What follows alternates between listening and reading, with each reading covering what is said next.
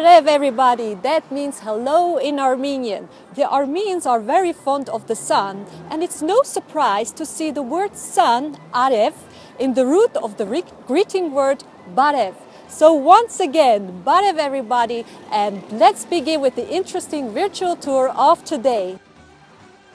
But first of all, let me introduce myself to you. My name is Naira. It's a typical Armenian name which you come across a lot here in Armenia. You've probably heard about Nairi, the land of Nairi, or at least the delicious Armenian cognac Nairi. Well, my name is derived from the word Nairi, which was once the ancient naming of Armenia, and it means land of the sun. According to some ancient Assyrian inscriptions, the word Nairi was used to describe the Armenian tribes that lived in the Armenian highlands. According to their translation, Nairi means the land of the rivers.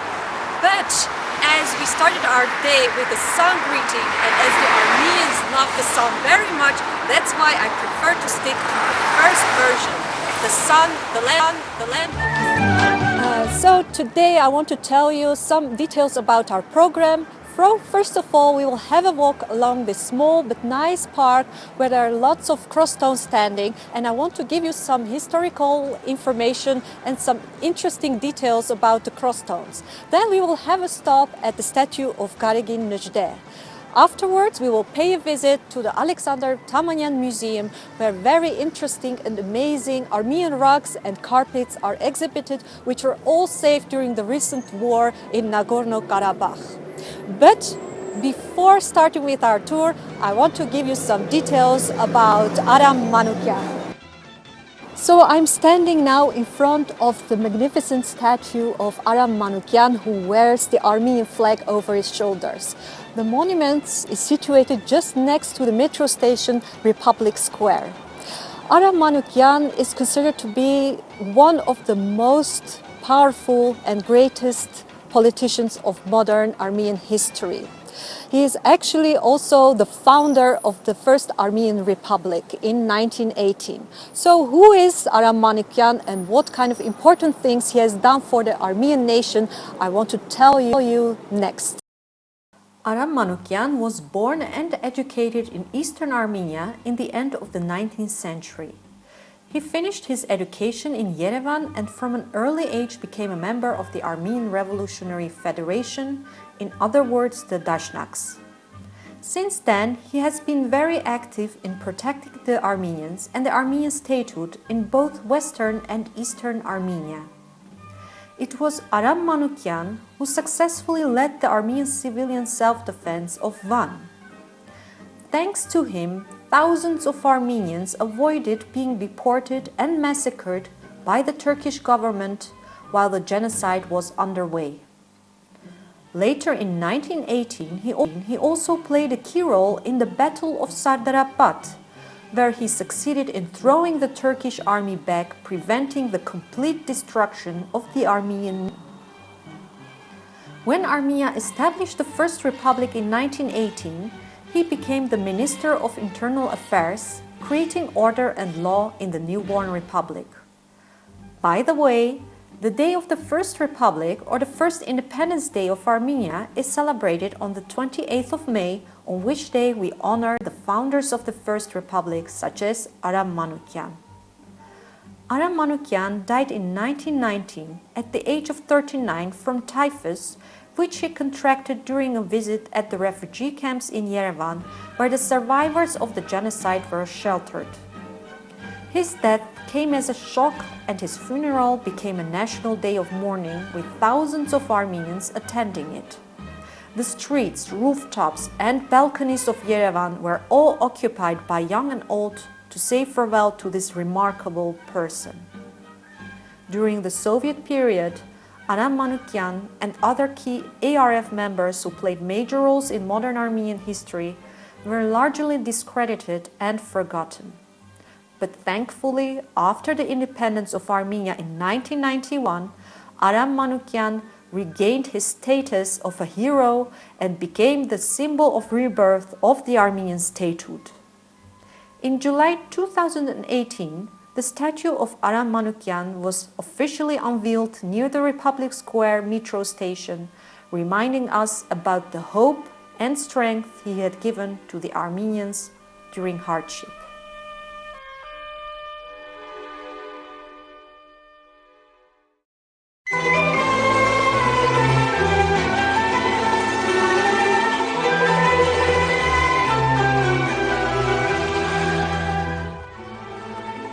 Did you know that there are more than 30 parks here in Yerevan, and this is one of them? This small but cozy park lies just behind the Republic Square. This park did not used to look this way. Actually, during the Soviet period, it got very deteriorated and it looked not very nice for the local citizens. But fortunately, in 2014, this park got renovated and it got opened for the public.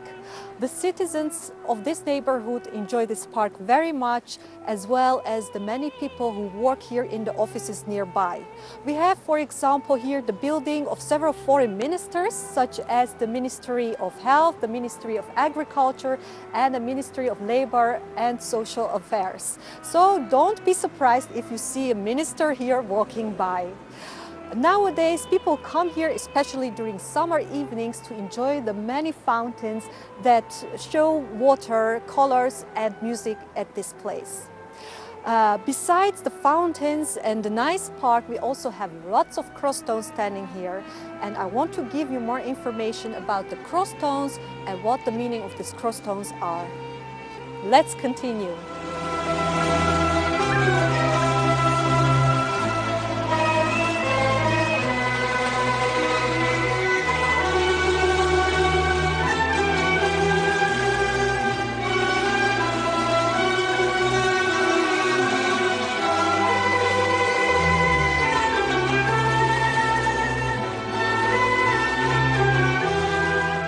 So as I said, there are lots of crossstones standing here in this park. These crossstones are actually copies of the originals, and they were put here on the occasion of the 100th anniversary of the Armenian genocide. So it means that they were put here in 2015. The originals, as I said, do not exist anymore. They were destroyed in Turkey and Yerevan, and the masters decided to make copies of them so we could have a continuation of our Armenian heritage. It gives us the possibility to admire the crossstones here, though they are not the originals, they are the copies, but it's very nice to watch them and admire their beauty. The roots of this art form go back to the adoption of Christianity as a state religion in the beginning of the 4th century. For the Armenian King Terdot III and the spiritual leader Gregory the Illuminator, it was important that the Armenians converted from the pagan religion to the Christian religion as quick as possible. One of the ways to accomplish this was to destroy everything that was part of the pagan religion, such as the pagan temples. After destroying the pagan temples, the first thing they did was putting a wooden cross or a slab of stone with a carved cross on it to mark that it was a Christian site from now on. During centuries, the simple carved crosses evolved into the unique and explicit khachkars we enjoy today. The peak of khachkar making is considered to be between the 12th and 14th centuries. The khachkars from this period were so evolved and rich that the artistic heights could not be achieved again.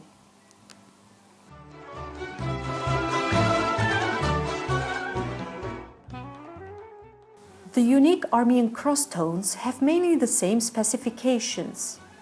They usually come in a rectangular shape. The average size of the stone is about 1.5 meters. Since ancient times, the volcanic tuff stone and sometimes the basalt stone was used for the making of khachkars.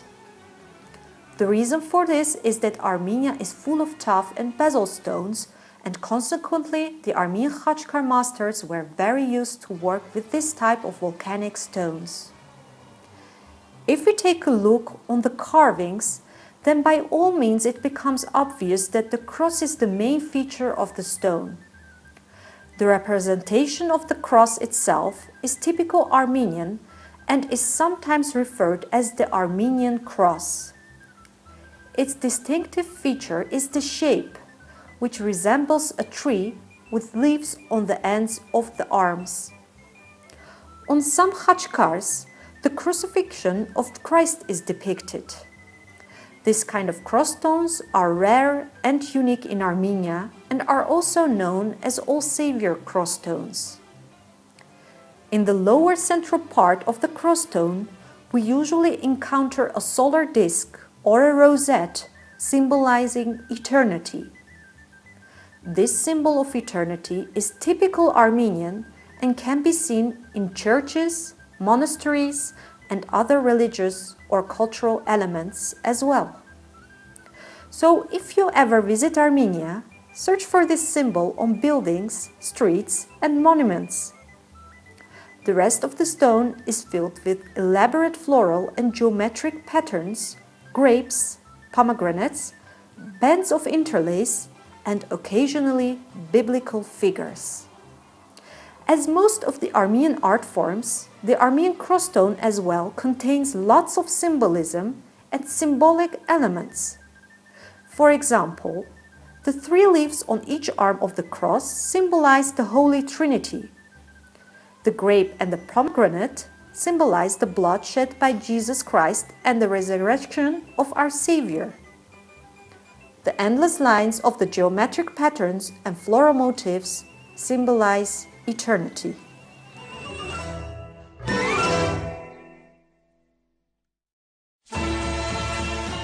Now that we know what the main elements of the cross stones are, let's understand for what reasons the khachkars were commissioned. The cross stones were ordered or commissioned for a number of social, spiritual, or individual reasons. The most common reasons were military victories, the construction of a church or monastery, the completion of a bridge, or secular structure. Cross stones also served as a gravestone. Whatever the reason may be, they were all meant as a source of pride for the artist, the patron, the country, and the church. Though it is difficult to say how many cross stones there exist today in Armenia, as many of them lie hidden in the mountains and forests, it is believed that there have been more than 40,000 of them. The most astonishing part is that all cross stones are unique.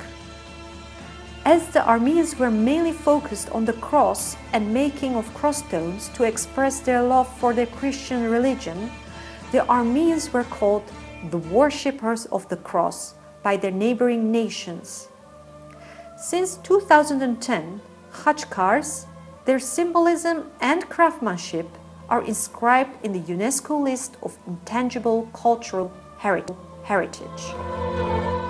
As we are surrounded by so many cross stones in this park, I want to give you some background information about this unique form of art, which is mostly only seen in Armenia, and it is the main form of the expression of the Armenian Christian religion. But let's first start with the name of the cross stones, which is in Armenian khachkar.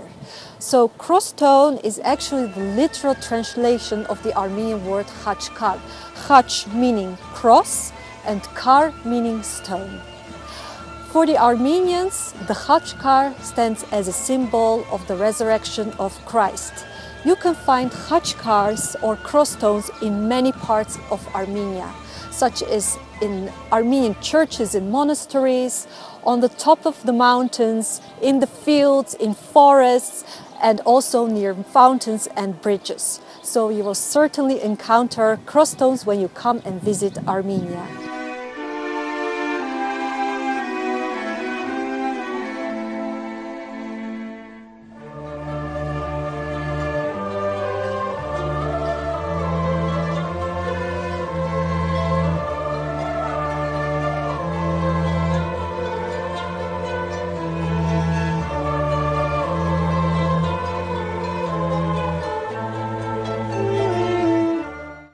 Just a few meters away from the statue of Aramanikyan, we have yet another statue of an Armenian national hero. It is the statue of Karegin Mejide. As you see, there is another type of vibe going on with this statue. It's more immense, static, and imposing. We are talking about one of the greatest figures in Armenian history. The name of Karegin Mejide stands for resistance, strength, justification, and the love for the homeland. It is thanks to him that Armenia has the southern region of Syunik, formerly known as Zangezur, within its current borders.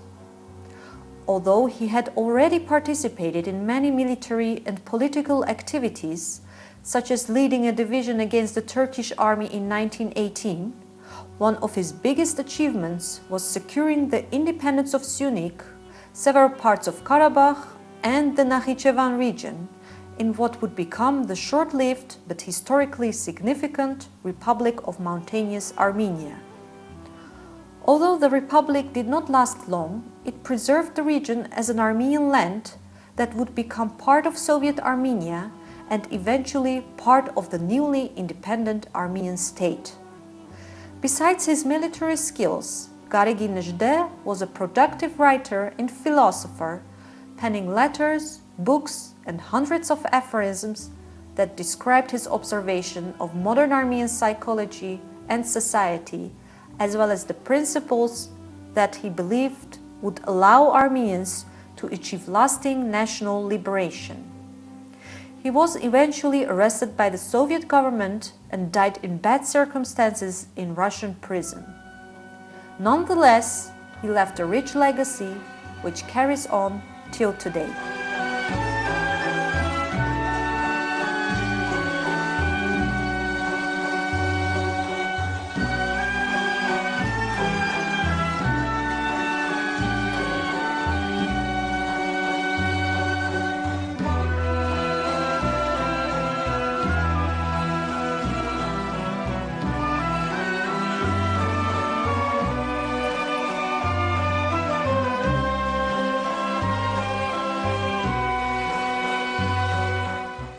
So just across the park, here in this corner, I'm standing in front of the Museum Institute of Architecture named after Alexander Tamanyan.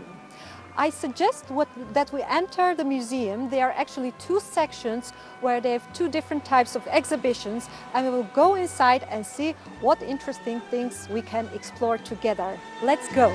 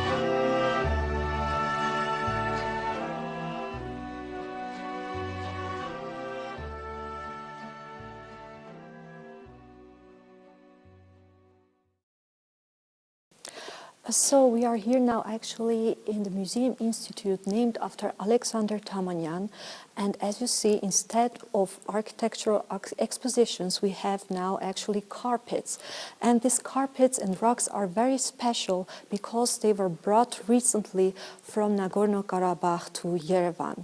It has a very interesting story behind it because they were saved from the recent war in Nagorno-Karabakh, and they were all brought by the founder Vartan Asatryan, who came from Shushi and brought all these special carpets, ancient old carpets, to Yerevan, and now we have the chance to admire all the carpets that are exposed in this museum.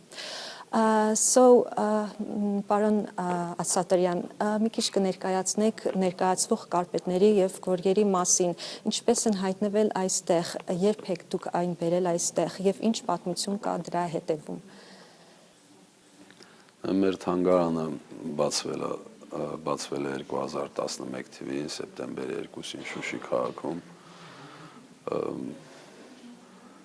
եւ երկու շենք ուներ, ֆոնդի շենքը եւ բուն թանգարանը, երկուսն էլ Աչեցոց փողոցում էին ու բանը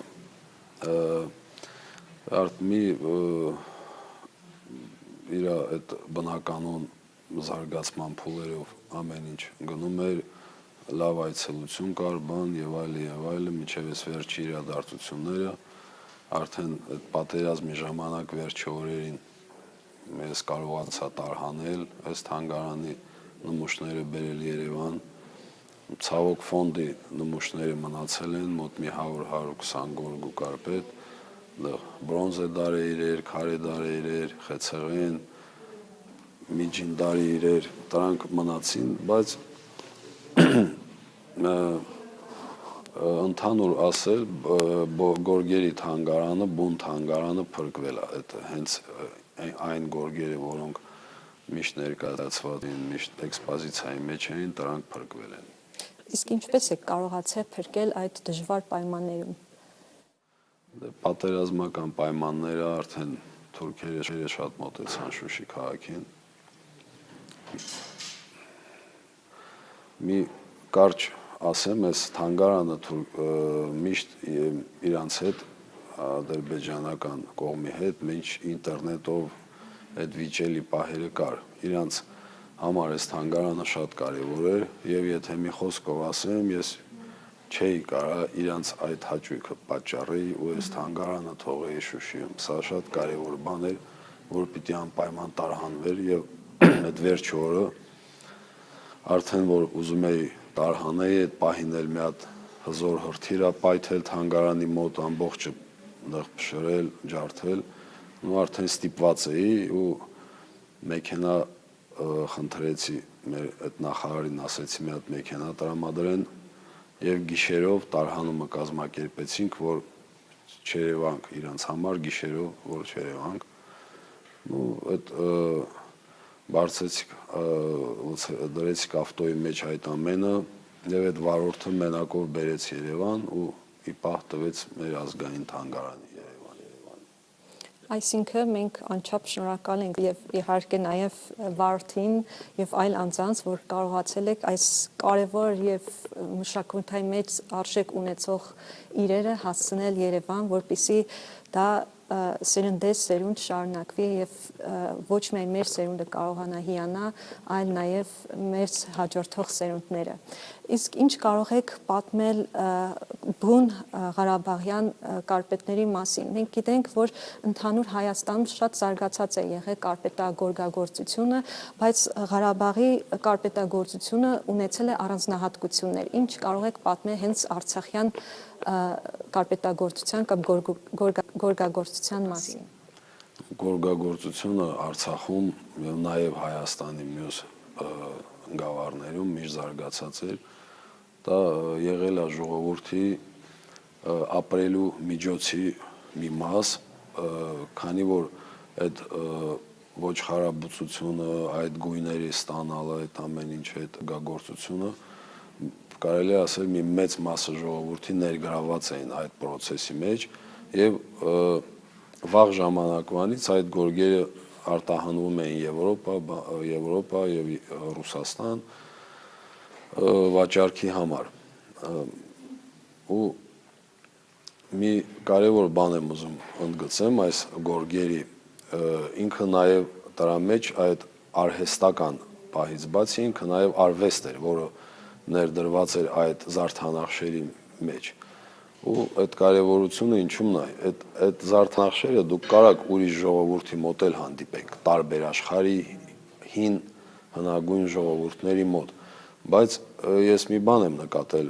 որ այդ բոլոր ժողովուրդների մոտ մի հատ նեղ ուղղվածություն կա գորգագործական զարդանախշային առումով եւ իրանք ուրիշ բան չէին գործում, միայն այդ ձևն էին գործում, իսկ հայերի մոտ այդ ամբողջությունը լրիվ հանդիպում է, հենց եւ Արցախում եւ մնացած հայկական տարածքներում այդ լայն ուղղվածությունը, այդ զարդանախշային գրեթե չկա որևէ զարդանախշ, որը հայկական գորգարվեստում չի հանդիպում։ Այդ է տարբերությունը եւ դա մեզ թույլ է տալիս ենթադրել կամ պնդել, որ հայերը միշտ եղել են համամարտկային արժեքների պահապաններ, քանի որ այս զարդանախշերը սրանք նախ վաղ շրջանի արվեստ է եւ քրիստոնեական եւ նախաքրիստոնեական զարդանախշեր են։ Օրինակ, քանի որ խոսում ենք զարդանախշերից, կարող եք մեր հանդիսատեսին մի քիչ բացատրել ինչն են տիպիկ հայկական զարդանախշեր, այսինքն ինչ որ նայենք գորգերին, ինչ զարդանախշերին ուշադրություն դարձնենք եւ արդյոք այդ զարդանախշերը ինչ որ խորհրդանիշ ունեն։ Զարդանախշերը անպայման խորհրդանիշ ունեն, մի քիչ sense դժվար է ձևաչափում ասել որն է տիպիկ, բայց ես կասեի մի կարևոր բան, եթե հայը նայում է գորգին, ինքը ենթագիտակցաբար զգում է, որ դա հայկական է եւ զարդանախշերի թեմաներով զարդանախշերը արտադրում են աստվածային թեմաներ, ժողովրդական բանահյուսություն, բնական դրվագներ, աշխարհի արարման տարբեր օրեր, բան, եւ դա արդեն այդ ամենի հետ, եթե պիտի հենց տեղում ծանոթացվի, այդ է մեր, մի կարևոր բան էլ ասեմ, որ մեր գորգերը, ինչպես ասած, դինամիկայի մեջ են, մի մեծ մասը գործվել են այդ ձևի, то есть իրանք ինչ-որ մի դրվագ չեն ցույց տալի, այլ ինչ-որ մի ժամանակա, մի օր են ցույց տալի, մի աշխարհի արարում են ցույց տալի, օրինակ արևագորգը արևի մի օրն է ցույց տալի, այդ աստղագորգերի ամբողջ գիշերն է ցույց տալի ու ունեն սկիզբ ու վերջ, ու այդ գույնային եւ զարդանախշային առումով դա պարզ երևում է այդ գորգերի վրա։ Իսկ թվարկեցիք մի քանի տիպի գորգեր, այլ ինչ գորգեր թվարկեիք, որոնք հատկանշական են Ղարաբաղի գորգագործության մեջ։ Դա խաչագորգերն են, ծաղկագորգերն են, վիշապագորգերը,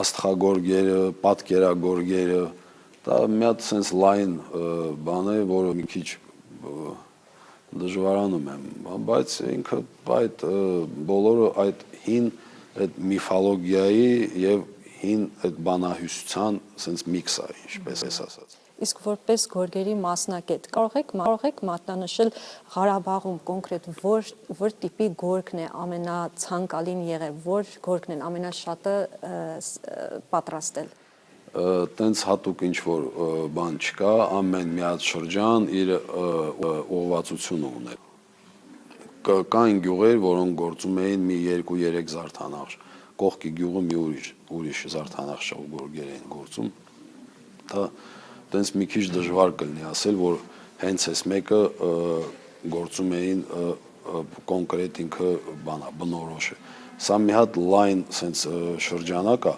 որը բոլոր գյուղերը, տենց եթե օրինակ մեստեղ ունեք աֆղանական գորգ նաև, եթե ամբողջ Աֆղանիստանի գորգերը դնում ես իրար կողք, երևում են, որ իրանք հենց աֆղանական ծագում ունեն։ Իսկ Ղարաբաղում ամեն մի հատ փոքր գյուղ, իրար կողքի գյուղ, մի հատ տենց լայն բաներ ձևաչափեր այդ գորգագործության, որ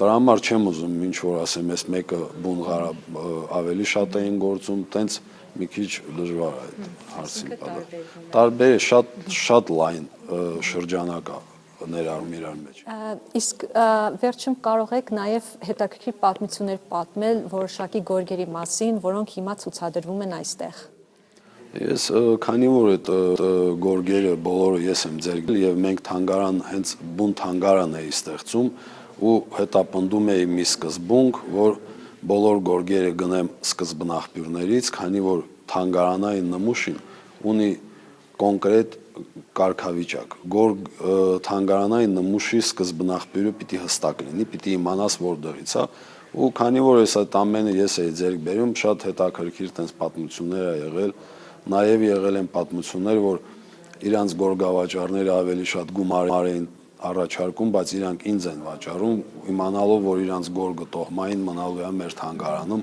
ու չի կորելու։ Այդ է մեր ժողովրդի նման օրինակ կան կիսած գորգեր, օրինակ այս Այստեղ տեսա, որ կան կիսած գորգերը, կիսած գորգերի իմաստը ինքը բուն կենցաղային բանից էլ ելնում, որ արդեն առաջի համաշխարհայինից հետո գորգագործության անկում եղավ Արցախում եւ գորգեր չկային, երեխեքին օժիտ տալու համար ամենաշատ դեպքերը դա, որ երեխեքին օժիտ տալու համար երկար գորգերը կիսում էին, կեսը մեկին տալի, կեսը մեկին, այդ է պատճառը գորգ կիսելու, այո։ Ինչպես տեսա, բացի գորգերից եւ կարպետներից կան այլ ցուցադրված արժեքներ, օրինակ այստեղ տեսնում եմ, որ բացի գորգերից այլ բաներ կան ցուցադրված, մի քիչ կպատմեք այս մասին։ Սա հարսանյաց տենց պայուսակի մի մասն է, ինքը զիլի գործվածք է կոչվում, էլի շոշ գյուղից է, այստեղ նաև խուրջին է, խուրջինը բոլորը գիտեն, որ ինքը որպես պայուսակ է եղել, ու այս երկու նմուշն էլ է շատ հետաքրքիր, մեծ թաղեր գյուղից է, ինքը աղա պարկեր են։ Այսինքն աղ են, այո, աղա քսակ, Արցախում իրանց աղա քսակ էին ասում, աղա պարկ, աղը դրա մեջ էին պահում, աղը հնուց գիտեք, որ ինքը սենց սուրբ նշանակություն էր եւ տներում միշտ պահում էին, նաեւ օգտագործման ու նաեւ սենց բաներից այդ առումով էլ, որ իրանք այդ բանը, այո, պահպանման։ Խուրջինը հիմնական գծում էին մեջքի վրա, ուսի վրա, թե կենդանիների վրա էին։ Այսը հենց ուսի վրա էր, բայց մի քիչ մեծոտները կենթանի այդ ավանակների վրա որ գցում էին եւ ճանապարհորդում որպես էս, այո։ Իսկ մշակումը մենք տեսնում ենք, որ տարբեր են։ Այստեղ այլ տեխնիկա է օգտագործված, քան այստեղ։ Ինչն է տարբերությունը։ Սա գորգա իր ձևը, իր այս մասը կարպետաձև է գործած, բայց այս երեսը գորգաձև։ Իսկ սա կարպետաձև է գործած։ Տարբերությունը դա ինքը կարպետի թելերը երկար են լինում, գորգինը ինքը հանգույցանում են եւ կտրում։ Իսկ հայկական գորգագործության տեխնիկայի մասին մի երկու խոսքով կարող եք մի բան պատմել։ Տեխնիկան, գորգագործական տեխնիկան հայկական ասում են երկնակի հանգույց, դա բոլորին հայտնի է, ինքը շատ բարձր որակի գորգեր են եղել, աշխարհում շատ հարգի են եղել, ինչպես նոր նշեցի, Արցախից տասնյակ հազարավոր գորգեր տարին արտահանվում էր վաճառքի համար Եվրոպա, Ռուսաստան եւ այլը, դա այդ 19-18-րդ դար եւ ավելի վաղ շրջան։ Ու հենց արցախյան հայկական այդ գորգագործության կարևորությունը եւ արժեվորումը դրա մեջ է, որ շատ բարձր որակի գորգեր էին արտադրում տեխնիկապես։ Այո։ Եվ գույներն էլ անպայման բնական ներկերով եւ այլն եւ այլն։ Լավ, ենք բացատրության համար եւ անչափ շնորհակալ ենք ձեր մեծ գործի համար, որ դուք կատարել եք Շուշիին եւ շարունակում եք կատարել այստեղ։ Ձեզ հաջողություն ենք մաղթում եւ հույսով եմ այսպես շարունակ կարողանաք ներկայացնել հայկական եւ ղարաբաղյան ժառանգությունը։ Ձեզ էլ շնորհակալություն, շատ զգացված եմ, շնորհակալություն։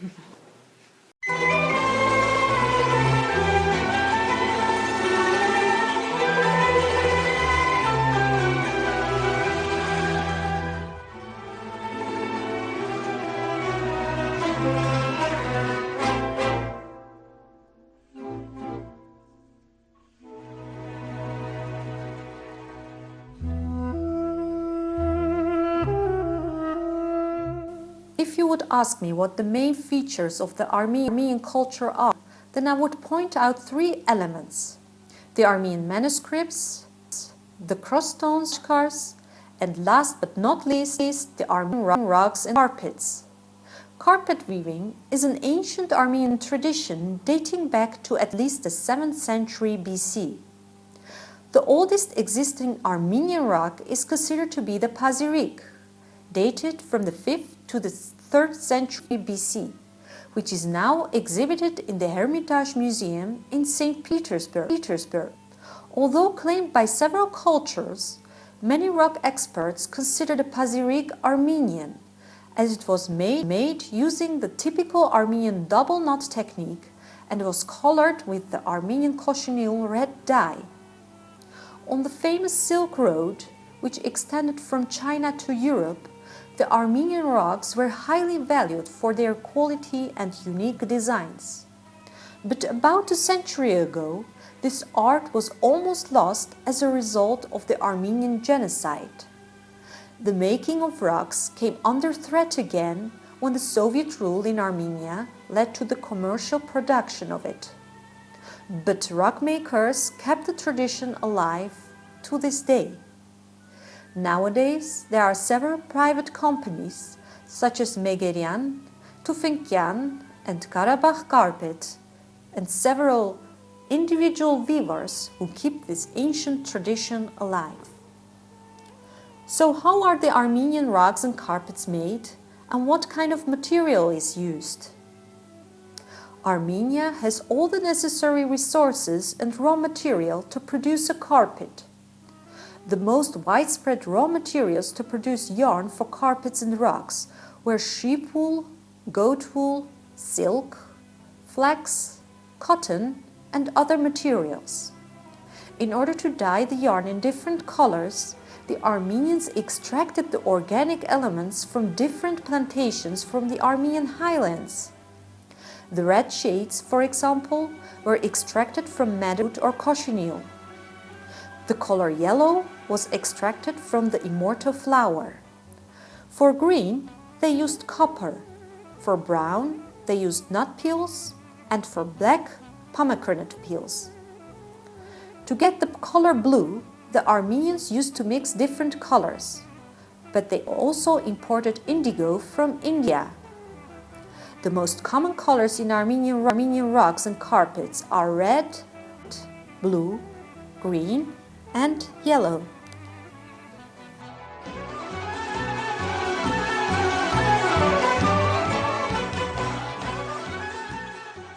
As many Armenian forms of art, the Armenian rugs and carpets also contain lots of symbolism.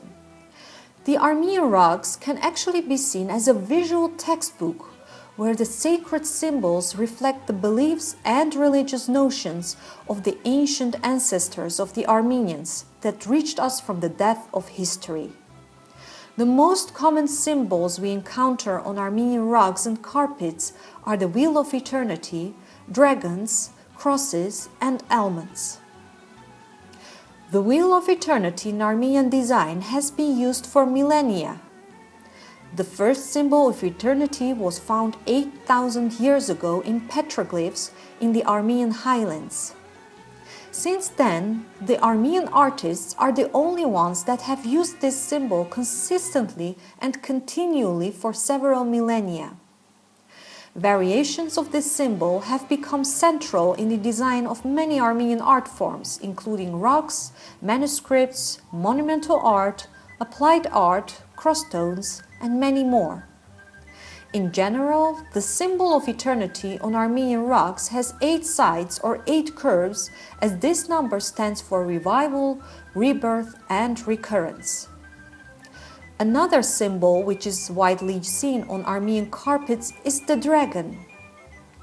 Dragons were ancient symbols which were worshipped in the Armenian highlands. The dragon was not seen as a negative figure by the Armenians. On the contrary, they believed that the dragon would protect their families from evil. The rugs that have the figures of dragons on it are called dragon carpets or vishapagorg in Armenian. The dragon carpet is perhaps the most widespread and popular type of Armenian carpets.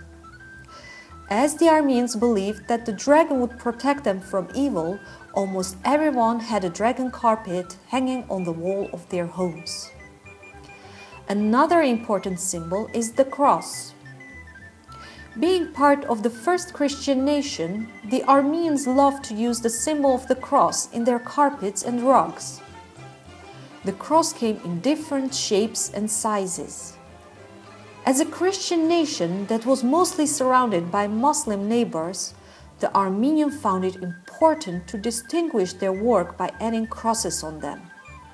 Of course, the cross represented their strong faith towards God as well. On some rugs, we may come across the ornament of an almond. The almond stood as symbol of fertility and maternity, and the rugs that had this symbol on it were given to couples when they got married.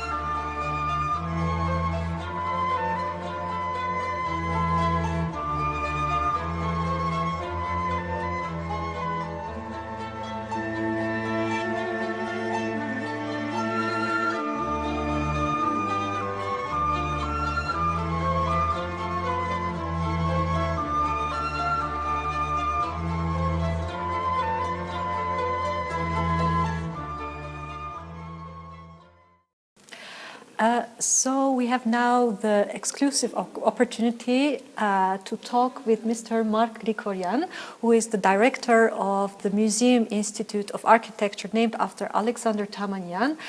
We are very happy that you received us at this museum, and I would like to ask you if you can give us some details about this part of the museum and also give some general information about other parts of the museum. It's a pleasure welcoming you, and I'm very happy that you are here. Now, the thing is that this museum exists for more than 30 years now. But it did exist rather like an exhibition hall than as a museum. Because you cannot have a museum without, a constant hall showing, say, the history of the Armenian architecture. I was just about to start to create that. We were, in the middle of the process when I got a telephone call from a friend of mine saying that, the Museum of Carpets from Shushi is looking for a place to exhibit its carpets. I said, okay, come in. And I was so impatient to see the carpets at the museum that, I was doubting whether they will come or not for up to the moment when they physically arrived in the hall. Then I got a little bit calmer. So we managed to do this, and the carpets are here, and I'm very happy, I'm more than happy that we have a lot of people coming to see and to admire, because this is really a very admirable exhibition. Of course, when it ends, and unfortunately it can't last forever, but when it ends, we will have here presented the history of the Armenian architecture in this same hall. Of course, it will be changed a lot. When I was talking about an exhibition hall, quite recently, several months ago, it was, I think, days before the war in Karabakh started, we received a huge gift. It was the whole archive of architect Rafael Israelian.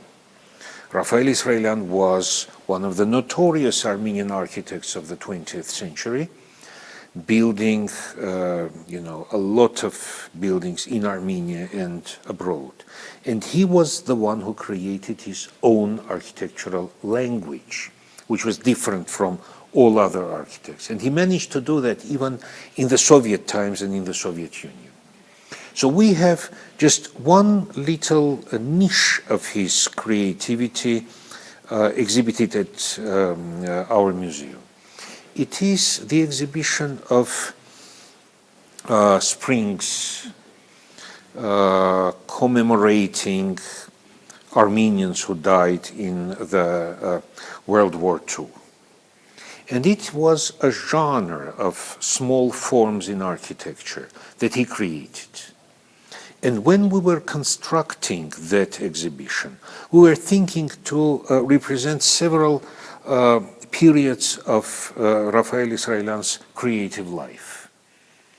There was one which is distinctively seen when he was drawing his croquis in watercolor. Fantastic work with watercolor, very, very pure and very beautiful.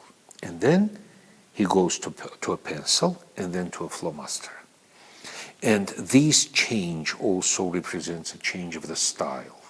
And then, when we were thinking about the exhibition, we realized that it's not only these springs, but he has a very special relation between water and stone.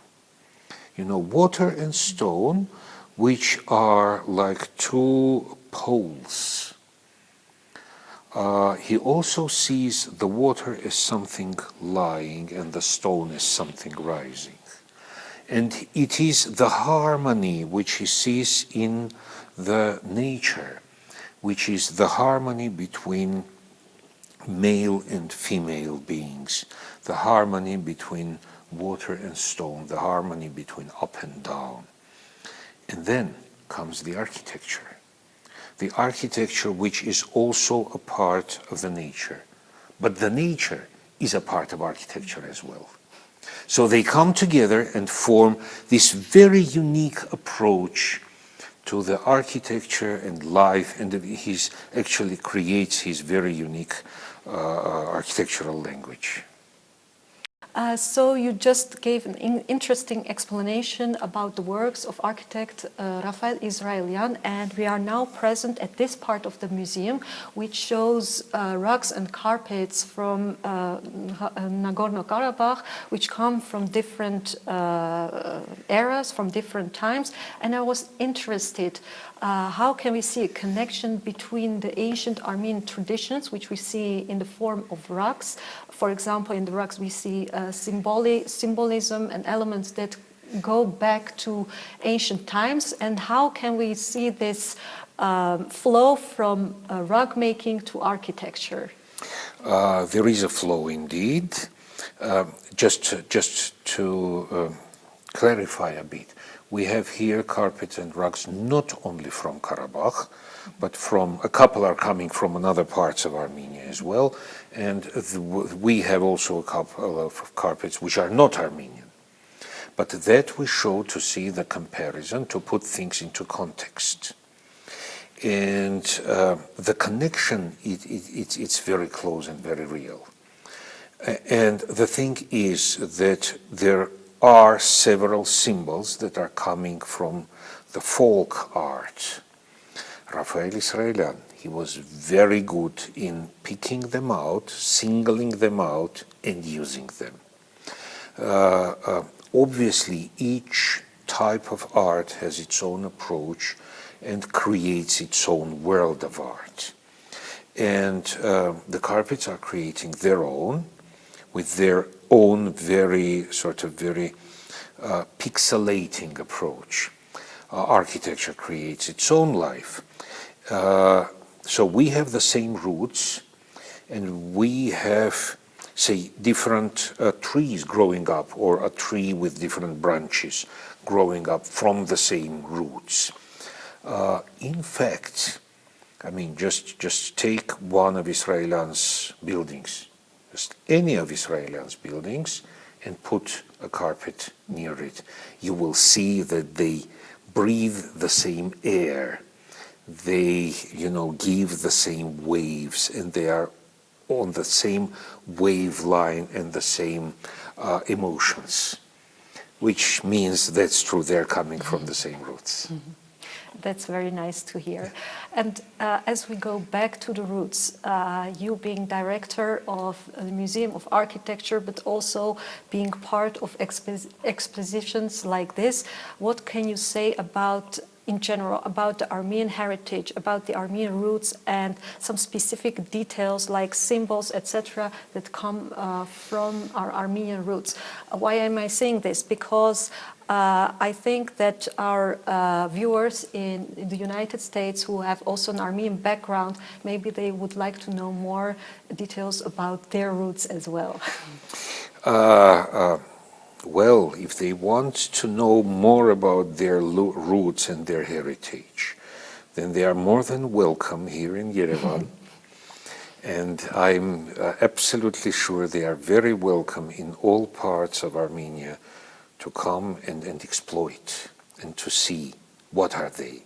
Because our sort of Armenian roots are in the air, in the soil, in the water. They are everywhere.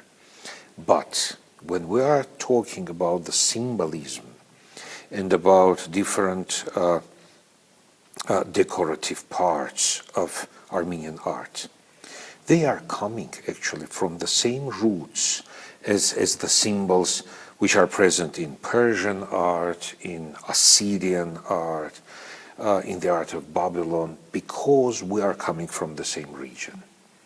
Which means the same trees were growing up around the region. And when you see the trees, you're picking up the leaves, and the leaves are giving their own symbols. The thing is how these branches are growing. The thing is, how do you paint the leaves? How do you show the leaves in your architecture, in the carpets? The language that you talk, the language when you sing a lullaby to your child is different. So the language of architecture of different places and nations, even places within a nation, they are different. But again, they are coming together under one umbrella when we are here, when we are standing on the soil, breathing the air, drinking the water, and why not having a cup of wine? Well, thank you very much. It was a very interesting talk. We got to know a lot of things about our Armenian roots and also about the carpets and the great architect, Rafael Israelian. I want to thank you very much for all the information you provided us. And I suggest maybe that everyone will take a glass of Armenian wine and drink on Armenia and the future of Armenia. I will be happy to welcome everybody at the museum. Just come and see the museum and me as well. Thank you. So it was a special day today. We enjoyed all the beautiful ornaments of the cross tones. We were fascinated by the carpets. We also saw some expositions of Rafael Israelian. We had great interviews, so I hope that you enjoyed today and learned a lot about Armenia and the Armenian heritage. I hope you enjoyed it a lot and see you next time. Ցտեսություն.